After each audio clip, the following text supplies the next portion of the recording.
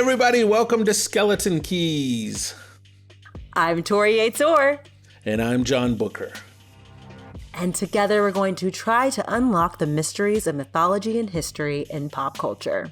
We often get great guests on this show, but I don't know that I've been more excited about the guest that we have today, or for that matter, the topic that we have today. I fangirled a little bit in the interview. Not gonna lie. Torri, what are we talking about today? Guys, we're talking about the heroine's journey. Yeah, that's right. So good. One guess about who we might have on the pod. Yeah, the creator of this, the author of the heroine's journey, Maureen Murdock. The OG of the heroine's journey. OG. Like the heroine. So amazing. So amazing. Cannot wait to get into this, but we're actually talking about the heroine's journey, specifically about one particular journey. Yes. And that is Angela Abar from Watchmen.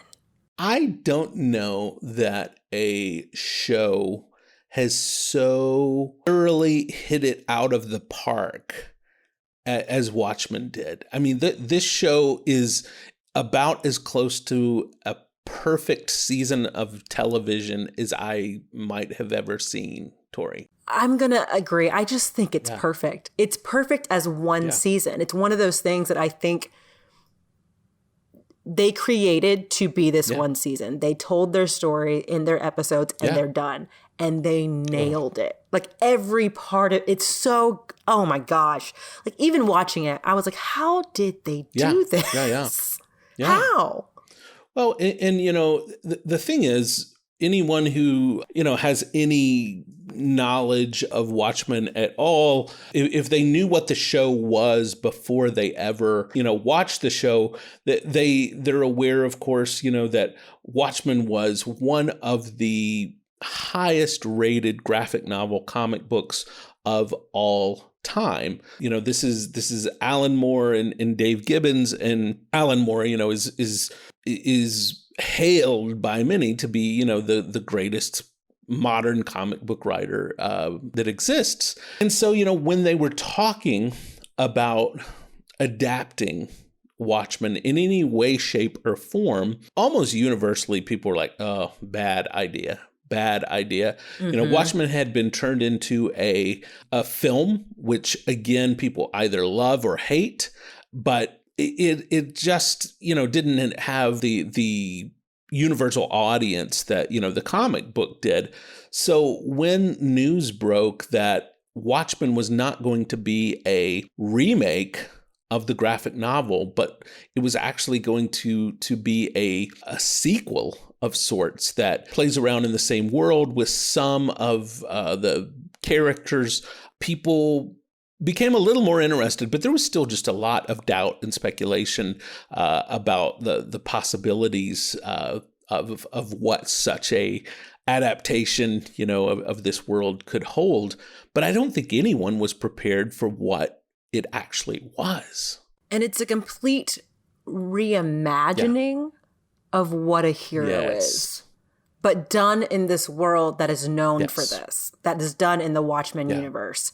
And it's done in a way that feels more human, but at the same time, it's dealing with history, it's dealing with legacy, it's dealing with otherworldly power. They've added so much to it that to me, it made the Watchmen universe better. And that usually does not happen in a situation where you have this happen, where you have this kind of offshoot from a graphic novel that is so revered. Well, and in so many ways, you know, the graphic novel was so complex, wonderfully complex, but they somehow managed to simplify this story for the show where it's, you know, for those who are looking for a simple explanation, it's, you know, basically the story of Angela Abar, you know, who's played by Regina King.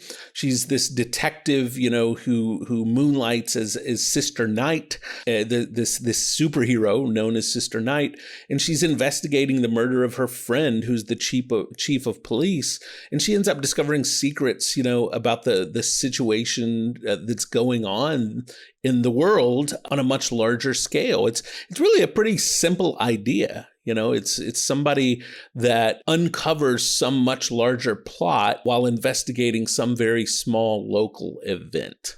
It kind of plays on those tropes of, it's very, that on the surface is very much like a traditional kind of superhero story. Oh, and by the way, if you're listening to this episode and are sensitive to spoilers, we are going to be spoiling things. So you might want to skip to another episode if you're sensitive to spoilers and have not seen HBO's Watchmen yet. I think, to build on your idea there of the way that the show takes traditional superhero tropes and sort of plays with them, if we will, in the very opening moments, in the very opening scene of the first episode. We're not going to talk about every episode, but there's so much significance, I believe, in the first 10 minutes of the first episode, where an actual historical event is mirrored, the tragedy in Tulsa, but also they managed to work into the story this mirroring of the most known superhero origin story of all time. And of course, I'm referring to Superman. So we have this little boy whose home is being destroyed. His father comes and puts him in a vehicle that's going to take him somewhere else.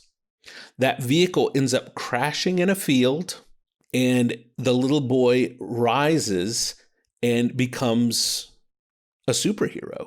I mean, this is, you would say, well, you just told the story of Superman. Yes, but this is exactly what happens in the first 10 minutes of Watchmen. It's brilliant. It's brilliant the way that they re-examine the Superman narrative in the first 10 minutes of this historically tragic event. And basing it in historical facts, like the Tulsa race massacre actually happened. I had family members who are from Tulsa who I've got, great uncles and great cousins who were there. And I remember that's when I knew, I was like, oh, this show is something different. Because one, I had never seen the Tulsa massacre actually talked about. Yeah. I knew, it was talked about, Black people, and like my family's from Oklahoma, so we knew about it. But as soon as they started doing it, I was like, oh. And there's no way to watch those 10 minutes and not see Superman. There's no way. Yeah, no way. That was deliberate. Oh, for sure. And it's funny because I noticed it watching it the first time, and I remember talking with a friend the next day and was like, "Oh, what about the Superman?" And he didn't catch it. And when I explained it to him, he had to literally sit down because he was so impacted by that. He couldn't believe he missed it, number one, but number two, he was just so impacted by the creative framework that they built around the show. And for our purposes, even though the show, begins with this little boy who grows up to be, Louis Gossett Jr.'s character, that little boy and that character is not the hero that we're going to follow. They subvert the hero's journey and they turn this into a heroine's journey. Love it. Absolutely. And I think it's important to understand the difference between the two. And of course, the queen that is Maureen Murdock had a perfect encapsulation of that. She says that women find their way back to themselves, not by moving up and out into the light like men, but by moving down into the depths of the ground of their being. And that is 100% the story of Angela Abar. And I think that is why Watchmen was so good, because we've never seen the heroine's journey. We've seen the hero's journey with a woman plugged in. Well, you bring up something important here, because the hero's journey, Joseph Campbell's classic, motif, which he never called the hero's journey, by the way. He always called the hero's adventure, but has come to be known as the hero's journey. It typically has always been a male hero.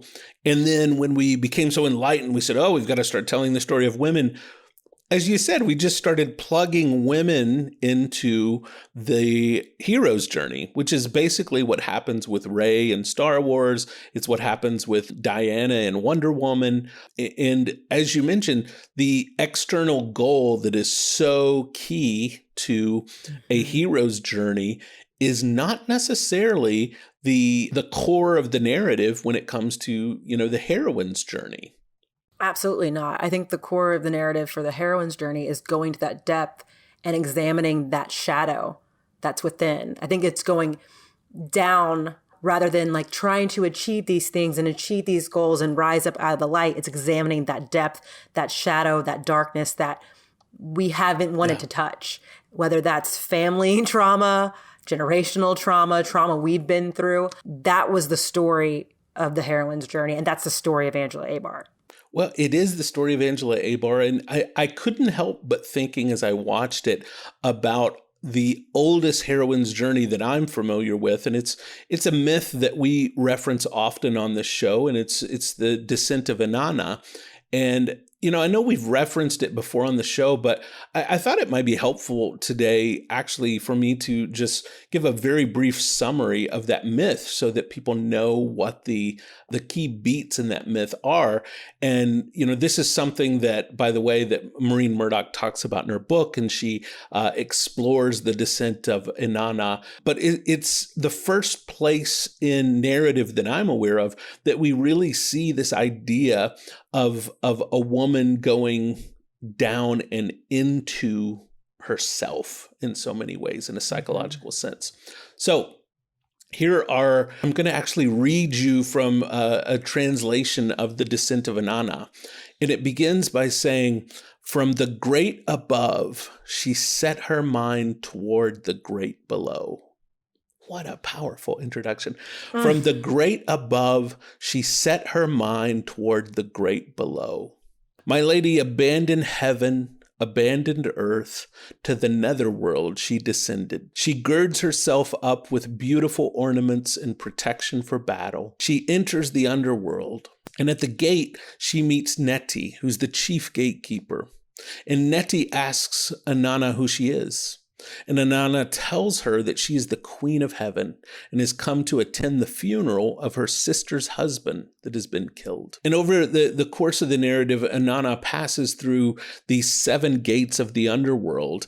And at each gate, she is stripped of some piece of clothing or protection, each time being told not to question the rights of the netherworld. Eventually, Inanna comes fully naked before her sister and the 7 judges of the netherworld. And the judges end up speaking the word that tortures the spirit, and Inanna is turned into a corpse. She is then hung from a wooden stake, and she hangs there in the dark for 3 days before rising from the dead and arising from the underworld.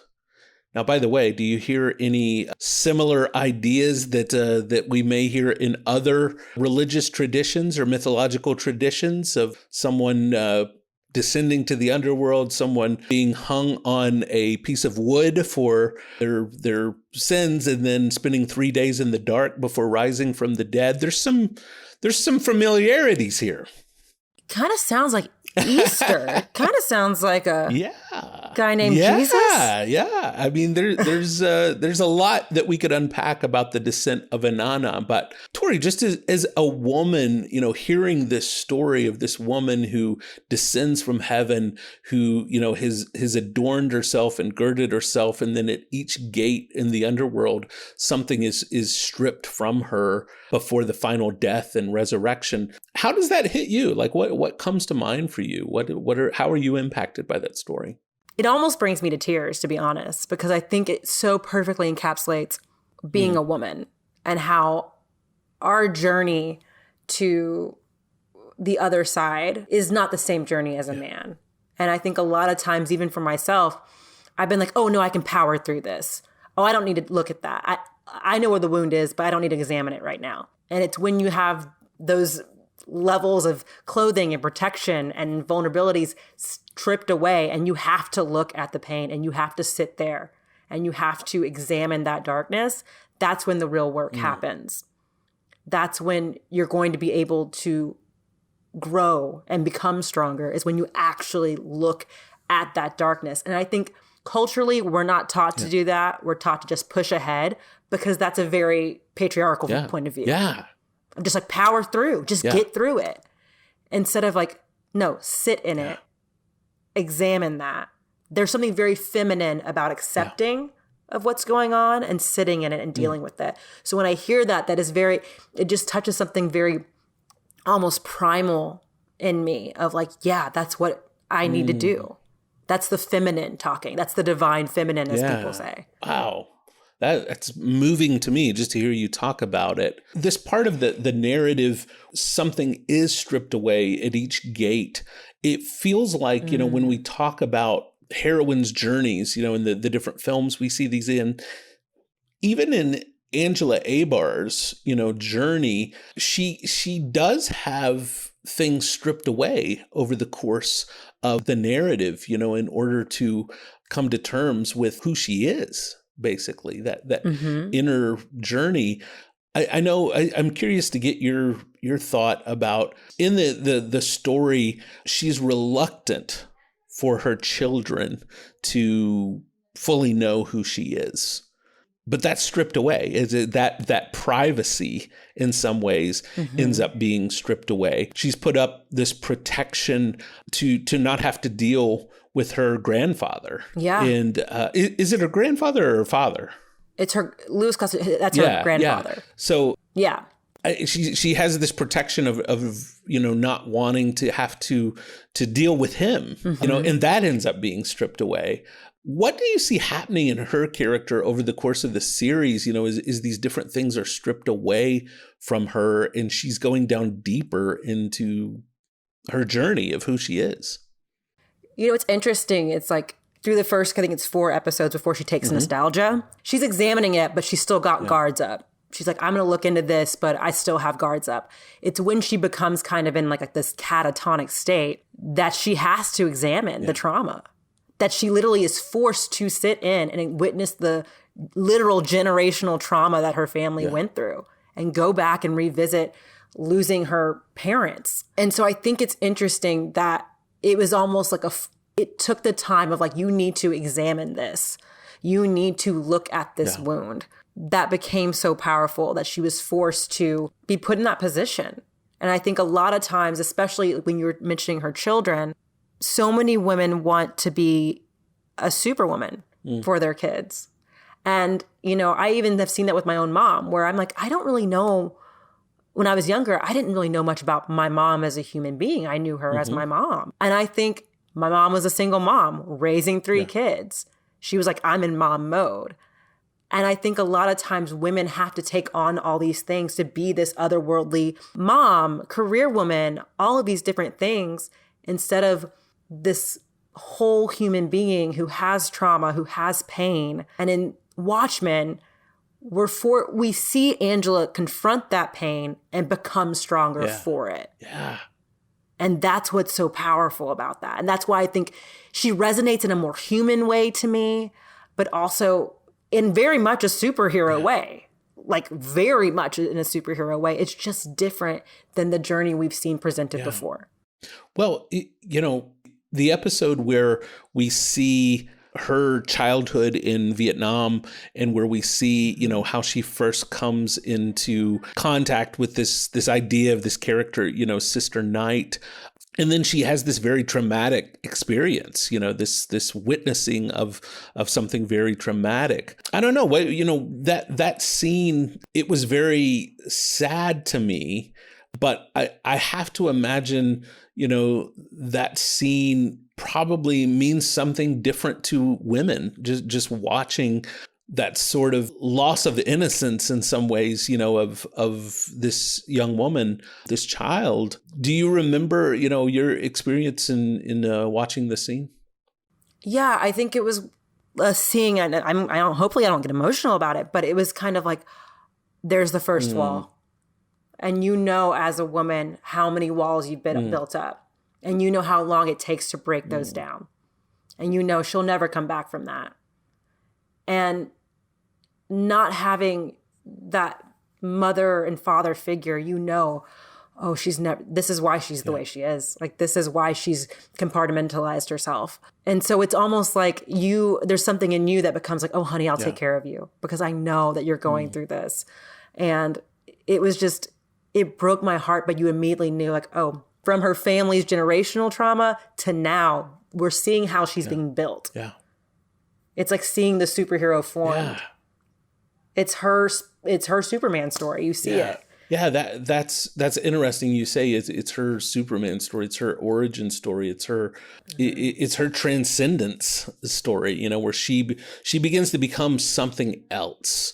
And that, as every person experiences trauma, I think one of the things in reading Maureen Murdock's book that this series does really well is the book and the series both articulate that women's trauma seems to be different than men's. There's a different experience of trauma, even if they experience the same traumatic event or type of traumatic event, because of someone who primarily identifies with the feminine, the way they're going to experience that is different than someone who primarily identifies with the masculine. But I also, one of the things in Maureen's book that becomes really interesting to me is the necessity of the feminine and the feminine journey in the healing of the masculine wound. That there's a type of healing that occurs there. And we could do a whole nother episode, on masculine healing, but our emphasis here is the heroine's journey. But I think it's important that men not write off the heroine's journey as saying, oh, that's for women. That's not for me. It's so essential to recognize that the masculine and feminine journey are so intertwined and interconnected that we do ourselves a great disservice as men to discount or not deeply consider the heroine's journey. I think it would behoove so many men or people who connect with the masculine to look at that, because I think listen, everyone has masculine and feminine energies within all of us. We're not just one. We're not binary. But the heroine's journey is so insular. It's so going into the depths. And that to me is not gender specific. That's something that we can all use to become better people, is to examine ourselves, to figure out where our pain is, where our trauma is, and how we can heal that. I think there is something, the healing, it comes from the feminine. I think that's always kind of been associated with that. But the masculine needs to be healed too. And I think there's so much to learn no matter what you identify with the heroine's journey. I think it should be required reading for everyone. I agree. Every episode, pull a skeleton from our own closet. And, oftentimes we pull something that is embarrassing or something that is truly, abhorrent that we have, a mistake we've made. And I hope I don't disappoint today, because my skeleton that I want to bring today is that I was probably 15 years old before I realized there was a difference between the word heroine that meant a woman who was a hero and the word heroin, which referred to an illicit drug. It might have even been 16 or 17. I might have been behind the wheel of a car and not yet able to distinguish between those two words. And I remember being a teenager and it finally becoming clear to me that, when someone would talk about, a heroine, that they weren't referring to a drug. I finally learned, no, when someone's talking about drug, they don't say a heroin. They just say heroin. I didn't have any experience with drugs. I didn't know if, it's like, let me buy a heroin, please. I'd like to buy 2 heroines, please. Yeah, two exactly. But yeah, I'm happy to announce that eventually in my teen years, I did figure out the difference between, a heroine, a hero who identifies as a female, and heroin, the substance of an illegal nature. So That's embarrassing, but that's my skeleton key. But honestly, I feel like a lot of us did that. They sound exactly the same. They do, and yet the context, should have given me a hint, The context should have been helping me out there, Torri. And I mean, maybe if you heard Heroine's journey, you'd be like, man, that drug is taking a roundabout way to get to where it needs to go. I do have some friends who have been on the heroine journey before, but it's nothing to celebrate. I'll say that for them. Yeah. So. How about you? What do you have that might be mortifying to bring to us today? It's not mortifying. It was more of like, my therapist was like, duh, Torri. So my first time reading the heroine's journey, I immediately went to my therapist and was like, oh my gosh, this is my life. Let's talk about him. You heard of this book? And she was like, everyone's heard of this book. And I was like, oh yeah, I haven't been enlightened as well. And then I just sat there quietly and I was like, yep, you're right. I just really thought I had discovered this. This was my journey. My journey was to present the heroine's journey to my psychologist. Torri, I wish I had a nickel for every time I think I have discovered something that no one else, has. It turns out in the age of the internet, everyone knows everything all the time. Nothing is ever new news to anyone. I just got so excited. I know. It's the worst. It's the worst. Hopefully, she's still my therapist, so it's fine. She forgave you. That's good. That's good. Well, it is an exciting book, and we, can often try and think about, the heroine's journey as a single archetype of the heroine. My confusion over, what a heroine was in some ways is a confusion that many of us still have because we don't fully always know what the archetype of the heroine entails. Oftentimes we think of it as, that's just a female hero. It sort of goes back to the Wonder Woman and Rey from Star Wars. It's a hero's journey. We're just plugging a woman into, this thing. And, one thought that I had in considering this is that, these feminine archetypes cannot be contained in a single expression.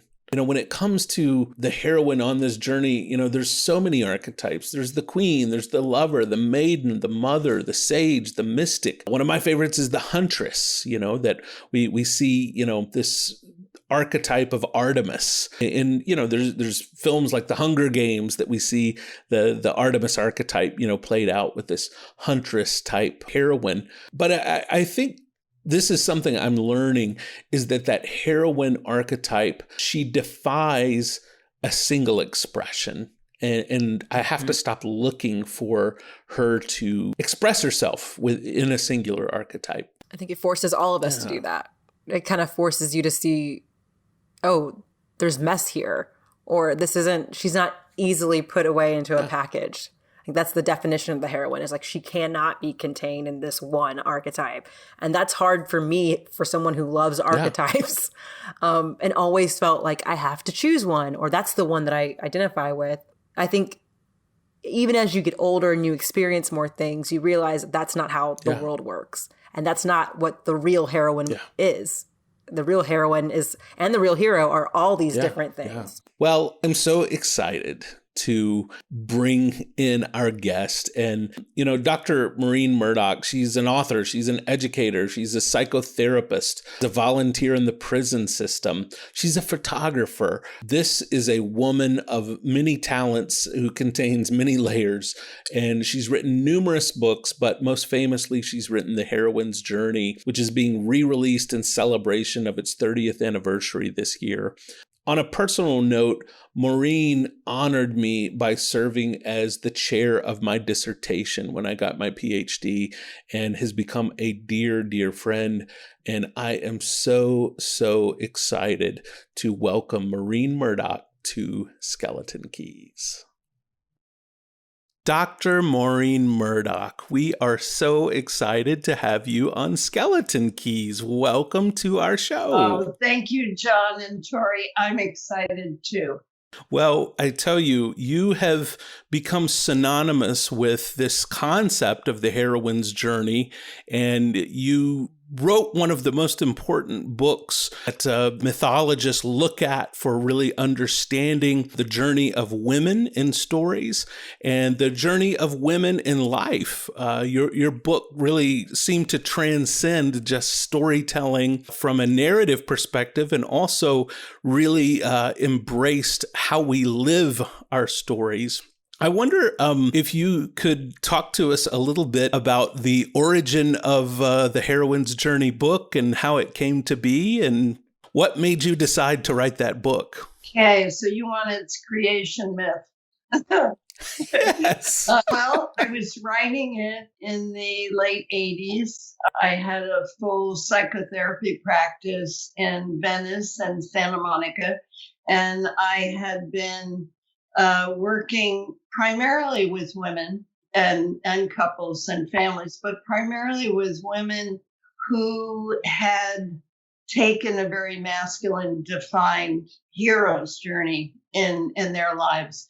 And at the same time, well, at the end of the 1970s, Joseph Campbell, who was, as you know, the great mythologist of the 20th century and who continues to be the great mythologist of the 21st century. Anyway, he had been coming out to Santa Barbara to teach at what was called the Human Relations Institute, which has now become Pacifica Graduate Institute in Santa Barbara. But he was also at the time being filmed doing that whole series on the power of myth. And when he would come out from New York to Santa Barbara, I had the opportunity and privilege to be an assistant. And so I got to know Joe fairly well. And at that time, I had been looking at, the monomyth of the hero's journey and working with both men and women in groups, 9-month groups where we were going through the stages of the hero's journey. And the more I was working with that, the more I began to realize that it did not really address the issues of women, particularly in regards to our personal and cultural wounds as women in the culture. So I came up with the monomyth or the map of the heroine's journey. And in the early 80s, I went back to New York to meet with Mr. Campbell. I always want to say Dr. Campbell. And I showed him the map. And he, as you've probably read in the book, said to me at the time, women don't need to make a journey, Maureen. They're the place that everyone is trying to get to. And of course, I'm sure he meant mythologically the feminine is the place that everyone is trying to get to, but that's not what he said. And so I I said, no, that's not true. The women that I work with in therapy and the women in my groups, I was teaching writing, creative writing at the time, and my friends, we're all on a journey. It may be very different than the stereotypical masculine journey, but it exists. And so it became really my calling to develop the heroine's journey. And it took me 8 years to flesh out those stages. And John, you'll just be amazed as I am. But I just found the letter from Campbell saying to me, it was lovely seeing you, and you gave me a lot to think about. Wow. Oh, my word. Yeah, I did not remember that I had it, but in this recent move, I was going through files, and there it is, the hallowed signature of Joseph Campbell. A kind of affirmation that just kind of reappeared. Yeah, well, it was basically an affirmation saying, okay, you've given me a lot to think about, but I don't know anything about the woman's journey, and the more I thought about it, as you both know, his wife was Jean Erdman, who in a sense was his muse. And she was not in the same position that I was in my generation or women after me who were trying to juggle work and family. She had this extraordinary mentor who was supporting her journey as a woman in her art. But for most of the women of my particular generation, and this was, of course, the mid 80s and 90s, we were trying to figure out how to live life, how to have families, and how to work in the work world and try to find some balance. So, when he said, I don't really know anything about the feminine journey, he didn't. I mean, he knew the feminine journey from an artist's point of view. So that's the origin story. And I can continue on that or not. Well, I just think in terms of, you were talking about that Mr. Campbell said, I don't know anything about that. How have women responded to it, to their monomyth, to hearing a difference? Because when I read the book, it was like coming home. It was like, oh yeah, this is my journey. Not that the hero's myth didn't resonate, but it didn't resonate in the same way. So how have women responded to it? Well, there was a tremendous response. I mean, when it first came out, it was translated. It's been translated into 13 languages. So women all over the world really resonated with it. And I think it's because it is written from the perception or from the point of view of a father's daughter, because I am personally a father's daughter, but we're all, in a sense, father's daughters because we live in a primarily masculine defined culture. So I think there was the naming of, okay, there's been a deep wounding of the feminine from the very beginning that a lot of women had not yet identified. So from the wounding of the feminine at the very beginning, there was that identification or emulation of the masculine. And that's when the split started. So I think that's why so many women identified with it.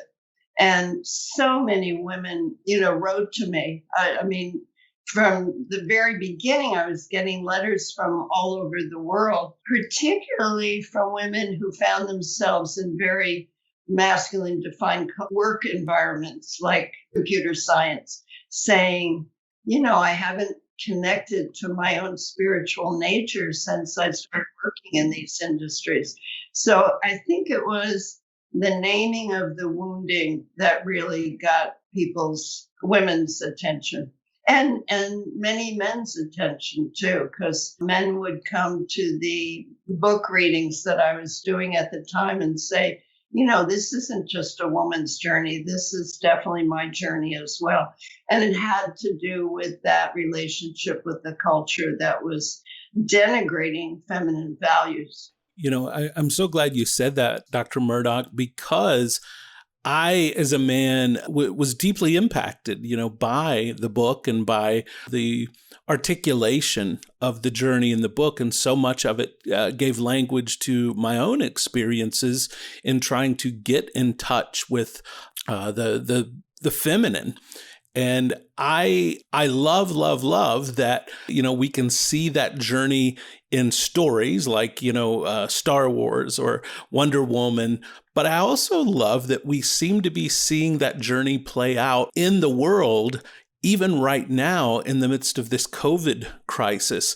I heard you say something recently about the role of the feminine and the way that women are leading during this COVID crisis as opposed to men. I wonder if you can talk about that a bit. Oh, I'd love to talk about it because it's just really been such a stark difference. If you think about people like Ardern in New Zealand and Merkel in Germany and President Tsai Ing-wen in Taiwan, the Premier of Iceland and of Norway, these are women who have been very clear in terms of messaging. There's been no confusion. They set limits right away. They started the lockdown right away. Their people felt cared for by them. Their people felt like they could trust them. And when I started to look at the different leadership styles, masculine leadership styles, and this isn't true certainly of all male leaders, but the ones that we're having to deal with have been, the worldview is about competition. The worldview of the feminine is about collaboration. So specifically with Trump, not trust, Trump, he has seen this as a war to dominate, to conquer, all of those very masculine, aggressive terms, whereas the women are talking about honoring experts, collaborating with experts, bringing in everyone that they needed to take care of their people. They led with assertion rather than aggression. The communication was clear. It was not confusing. The one that just amazed me was when President Trump said, "I'm not responsible." Whereas the women leaders say, "I'm responsible, and you too are responsible to take care of yourselves and each other." I loved that, if you think about Trump in terms of what he sees as a demonstration of strength, his demonstration of strength is to not wear a mask, whereas the women lead by example. They wear masks. Prime Minister Ardern in New Zealand, I don't know whether you saw any of her speeches, but she would talk to the nation wearing her sweatshirt at home. And she also spoke to the children and said, the Easter Bunny at that time is an essential worker, as is the Tooth Fairy. So, she reached out. So it's all about relationship. These women know how to relate. They know how to coordinate. They know how to create community. Many of the masculine leaders just are blustering. They don't know what to do, and they won't ask for advice, and they denigrate the scientists. One of the great things about Merkel that has been said about her, because she came up as a scientist, is that she has the brain of a scientist and the heart of a minister's daughter. And we need that balance, the balance of the masculine and feminine. So I think it's been extraordinary to see these two differences writ large so that we can see the difference between a feminine style of leadership and a masculine style of leadership. It's interesting, kind of to piggyback off of what John said, Dr. Murdock, especially kind of in this time of political upheaval and social justice upheaval, that there's kind of becoming a reckoning with generational trauma, of American generational trauma, and kind of like we were saying, looking at the wound. It's almost kind of like we're going on the heroine's journey more so than we are choosing the hero's journey, or there's a push for that. There's a push for more community and less aggression. Do you see that with what's going on with like a Black Lives Matter movement and all of that? Oh, yeah, absolutely. I mean, we're starting to uncover all of this unconscious bias, whether it's bias about African Americans or Latinos or Native Americans or women. Mm-hmm. It's just so embedded in our culture. And I think it's so beautiful watching all of the images of the demonstrations where all of these young people are, for the most part, wearing the mask, still doing social distancing and being fierce, and being clear in their messaging.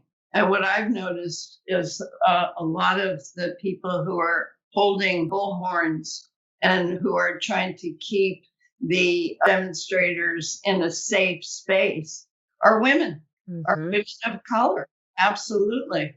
Yeah, so I think it's so exciting to see how it's many generations who are standing up for human rights, but particularly the young, who have had the experience growing up in school and in team sports of being with all different kinds of people. That's made a huge difference. Dr. Murdock, the heroine's journey, was it 25 years ago this year? No, it's 30 years ago, John. 30 years ago this year. The new 30th anniversary edition is coming out here this year, which we highly recommend people pick up and purchase. Can you talk a little bit about what has changed since the first draft you wrote of the book to now this 30th anniversary edition? How has the role of women changed? How has the heroine's journey changed over that time? That's a big question. What I've really noticed is the focus for women has changed. The focus is much more on identity, on equal relationship, on collaboration, on connection, on empowerment. And I've been looking at the difference between authority and power. So there's more focus on authority rather than power, specifically power over.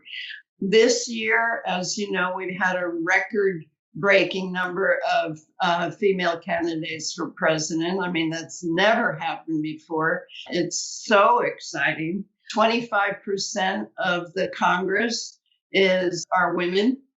We have 3 women on the Supreme Court. We had this wonderful explosion of the hashtag Me Too movement. One of my favorites is that the U.S. World Soccer team won the World Soccer Championship and opened doors for world soccer everywhere. So not just in the United States. I would say that the focus has been moving away from this very masculine-driven journey to the people really are trying to find balance in their lives, and they're naming that, and they're demanding that in their relationships. I hear that a lot. The other place where I've seen it, because I teach memoir writing, is that more and more women are writing. More and more women are getting published. More and more women are writing screenplays. I mean, the woman's voice has come to the fore. That was not true in the early 90s, even when I was teaching memoir at UCLA, teaching memoir classes. The people who were coming to those classes were primarily men who wanted to write about their challenges and their successes. And then more and more women started to come and talk about their emotional lives and the fact that they may have been in Los Angeles growing up Chicana and the struggle for their families. So they were writing about diversity. And all of a sudden, the men started to drift away. And memoir really has become not just a domain of women, but certainly the personal I has been very important. So those are some of the ways. I mean, there's many, many more ways, but that's what I'm particularly aware of. And I guess another thing in psychotherapy is people speaking honestly about sexual abuse, about domestic abuse, and dealing with it. So that, Torri, as you said, about generational trauma, that maybe this generation can be the one that will heal generational trauma and not carry it forward.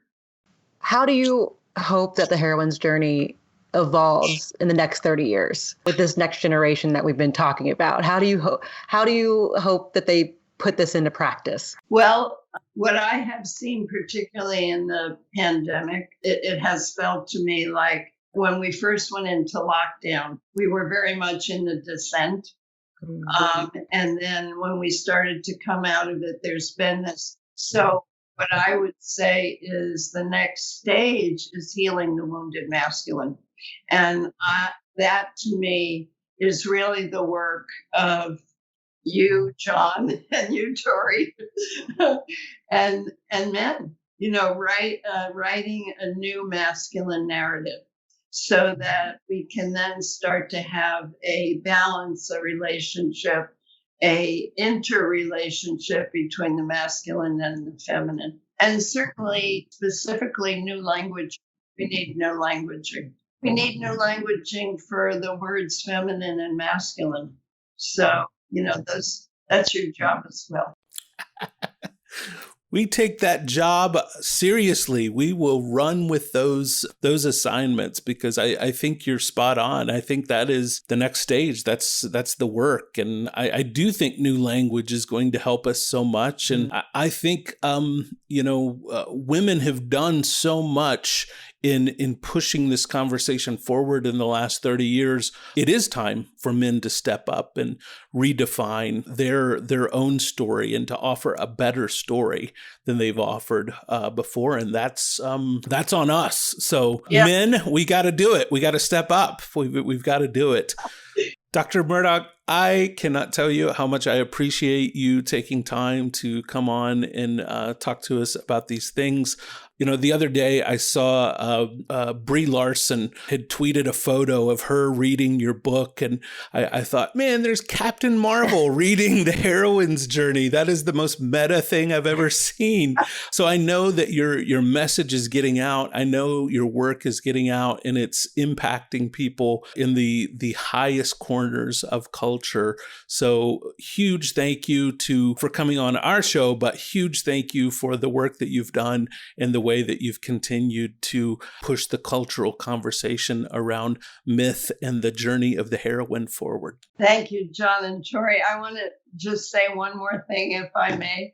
The Heroine's Journey workbook also comes out August 18th with the Heroine's Journey. And when I first wrote that, it was for people, men and women, to take the journey, in a sense, through all of the stages, whether they wanted to do it on an individual or a group level. So I'm really pleased that Shambhala is reissuing that because I get requests for that all the time, and it's practical.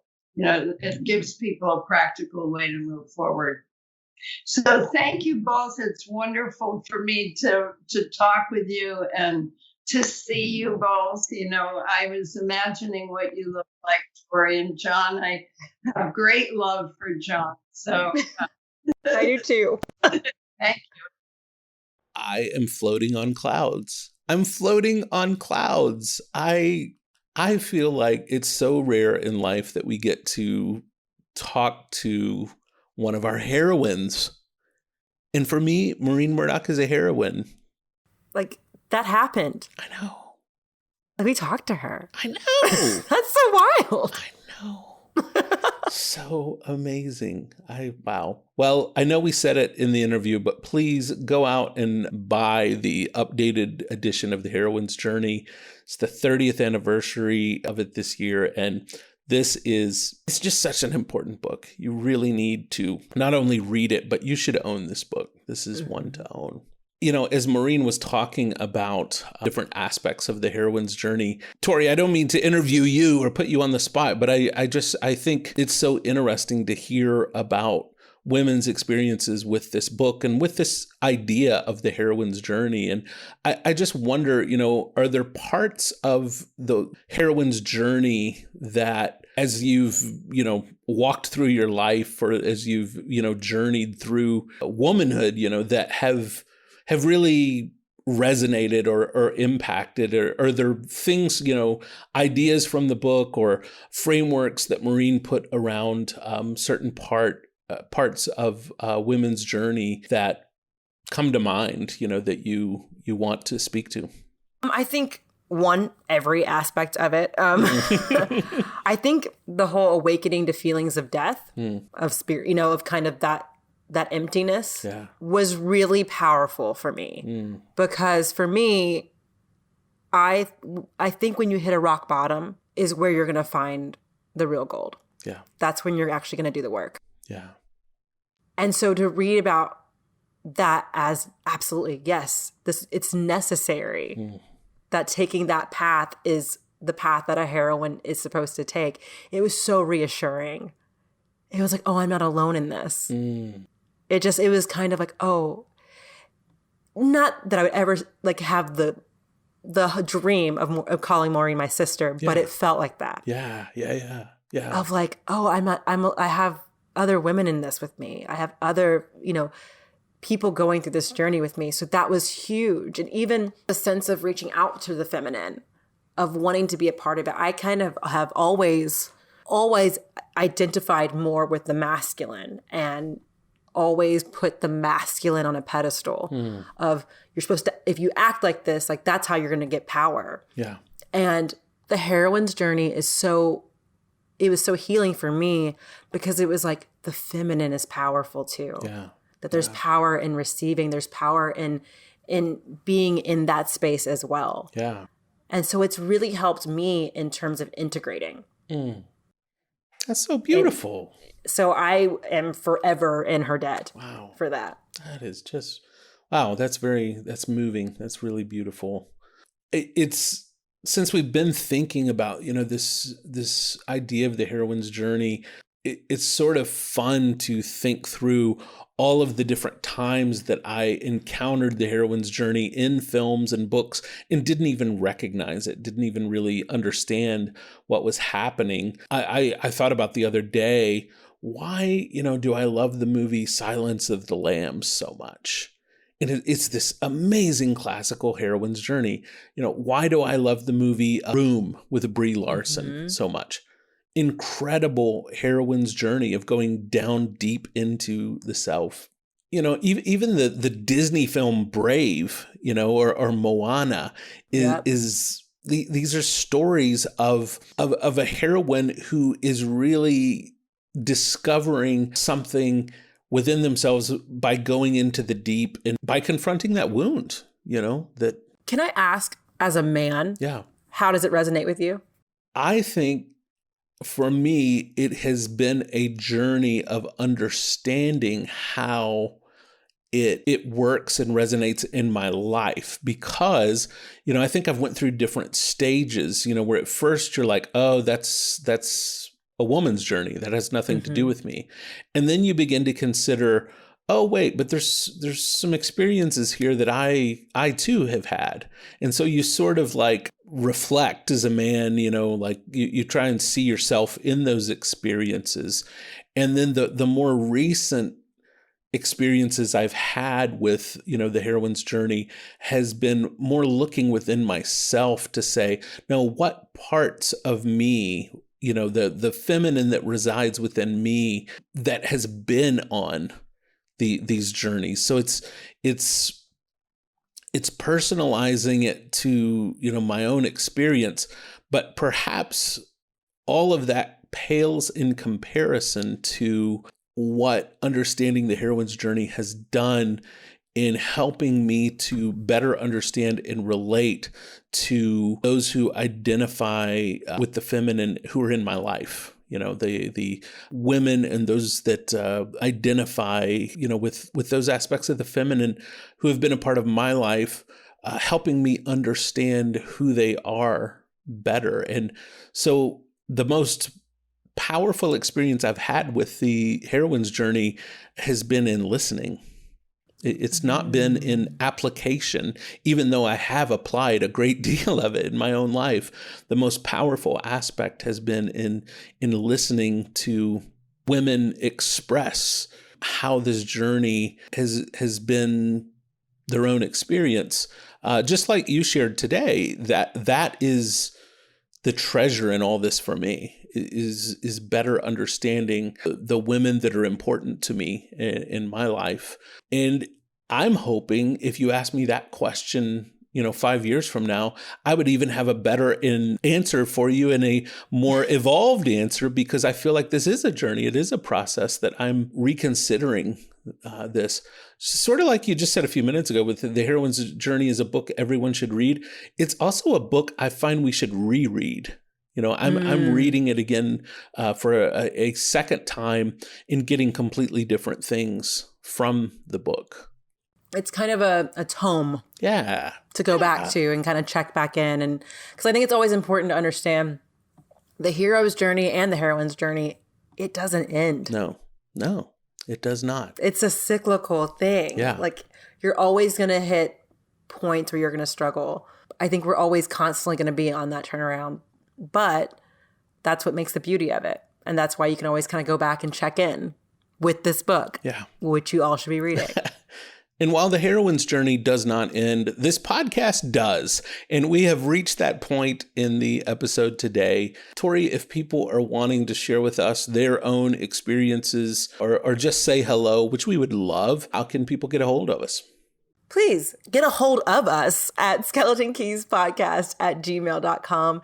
And you can also follow us on the socials at Skeleton Keys Pod on Twitter and Instagram. You can follow me at Torri Yates on Twitter and Instagram as well. And you can follow me on Twitter at John, JohnKBucher, or on Instagram at Telling a Better Story. This has been a delight. I am so excited. I still can't believe we had Maureen Murdock on the podcast. My mind is blown. I know. I know. Well, it happened. I know. Well, let's all head off and more deeply engage our own heroine's journey. We'll see you next time on Skeleton Keys. You've been listening to the Skeleton Keys podcast with Torri Yates and John Booker, a podcast that unlocks the mysteries of mythology and history in pop culture. Contact us at skeletonkeyspodcast@gmail.com or follow us on Instagram and Twitter at Skeleton Keys Pod. Skeleton Keys is a production of Sideshow Media Group.